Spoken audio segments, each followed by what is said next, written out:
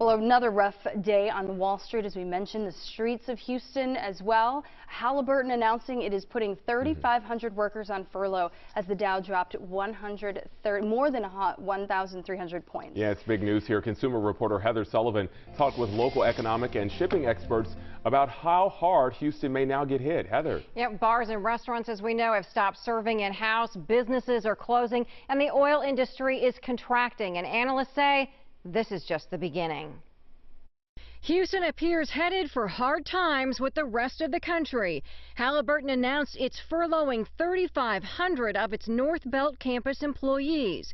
That's triggered by the oil price war, says Lance Roberts, chief strategist with RIA Advisors. If oil prices continue to drop, and there's estimations right now we could get into the teens in terms of oil prices, we're going to see a lot of bankruptcies. We're going to see a lot of layoffs in the energy sector. President Trump closed the Canadian border. Officials say it won't impact trade, but trade is impacted by the coronavirus closing businesses in Asia and Europe. We are very much tied to all these other countries to produce even just basic parts. We can't produce a Ford pickup truck without parts from China. Lynn Stacy with shipping logistics company OEC Group says Chinese companies are beginning to manufacture and ship products again, which is a good thing for the global economy.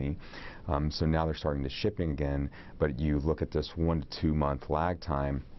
This is where the gap in the supply chain is. Stacy says OEC is still moving exports, but the lack of Chinese shipments mean fewer containers are available. If you don't have containers coming in to unload the general cargo, the retail, the consumer goods, we don't now have containers to reload to export out of the United States. President Trump and Congress are moving to provide SBA loans, more unemployment insurance, maybe even $1,000 checks to insulate consumers from missing bills. But Roberts says it may not be enough. The need is to get the money into the economy. We've got to get the economy started again. So we need people to go to bars and restaurants and buy things, right? Now, there is some good news. Amazon, Kroger, H-E-B, and Randall's all say they are hiring right now to keep up with customer demand. In the studio, Heather Sullivan, Fox 26 News.